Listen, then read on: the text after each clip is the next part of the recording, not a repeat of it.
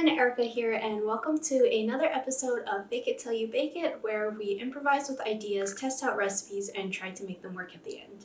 Today we are going to be testing out a 3-ingredient, no machine ice cream recipe. For those of you who are familiar with making ice cream, you know that usually you would make a custard first before adding it into your whipping cream and churning it to get that smooth consistency.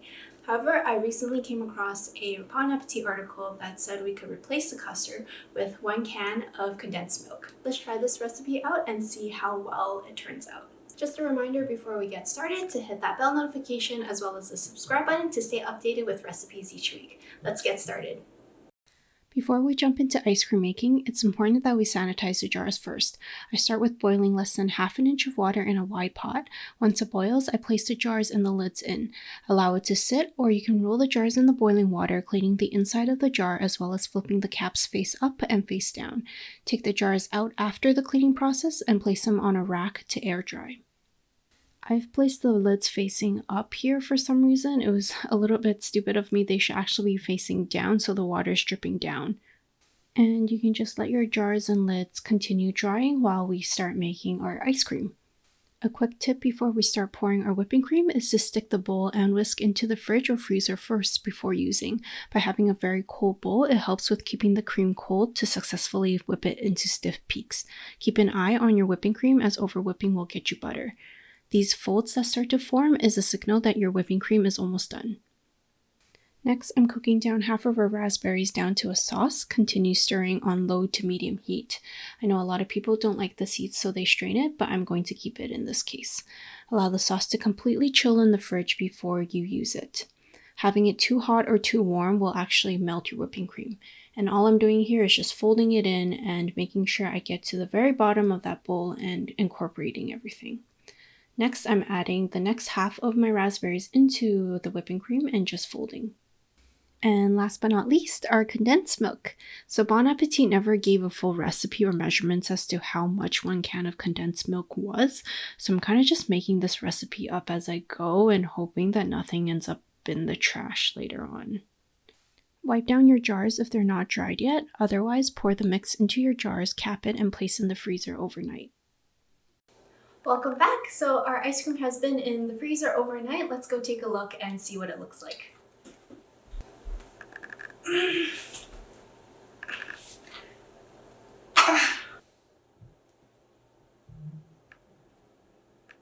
Look at how good that looks, and it was only 3 ingredients.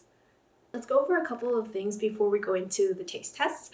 So the first one is that this recipe actually made 4 pints of ice cream. So I have 4 jars here. Each one is 500 milliliters. So if you do want to cut down the recipe, that's totally fine. You can probably cut it in half and you'll get 2 jars.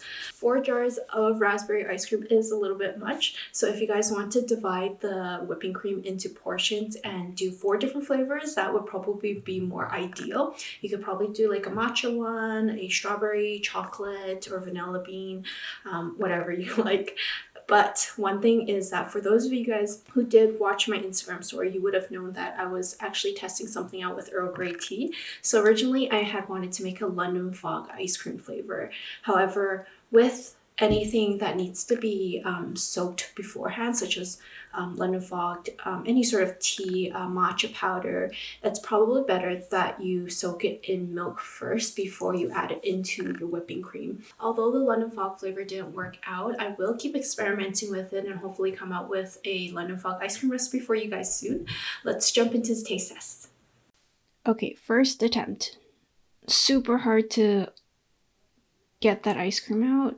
I think I'm gonna leave it for a little bit longer. I still can't get it out. Oh my god, this is so pathetic. It's getting so messy and the sides are all melted. Okay, it's finally easier to scoop it out.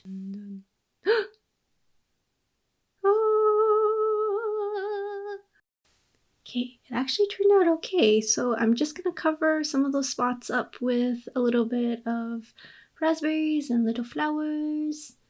Okay, so I've got my ice cream here. I've loaded it up with mango, cereal, and raspberries just to make it look a little bit healthier.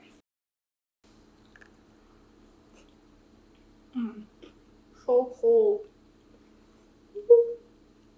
So cold. So cold.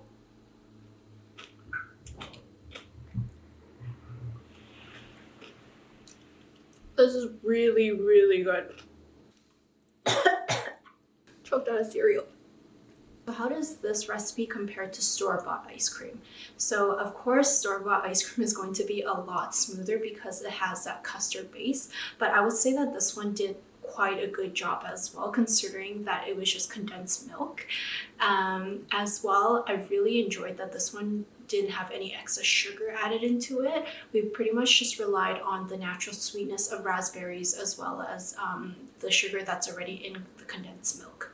As well, this one melts a lot faster than store-bought ice cream. It was quite hard to scoop as well. You can see as you dig further, you can see the crystallization.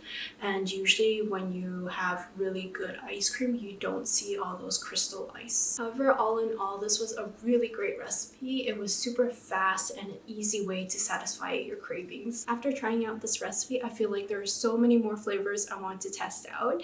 Let me know what you guys tried out at home and tell me all about it. I'm going to keep eating this, but don't forget to hit the subscribe button and let me know what flavor you guys tested out at home. Thanks for watching and see you next time.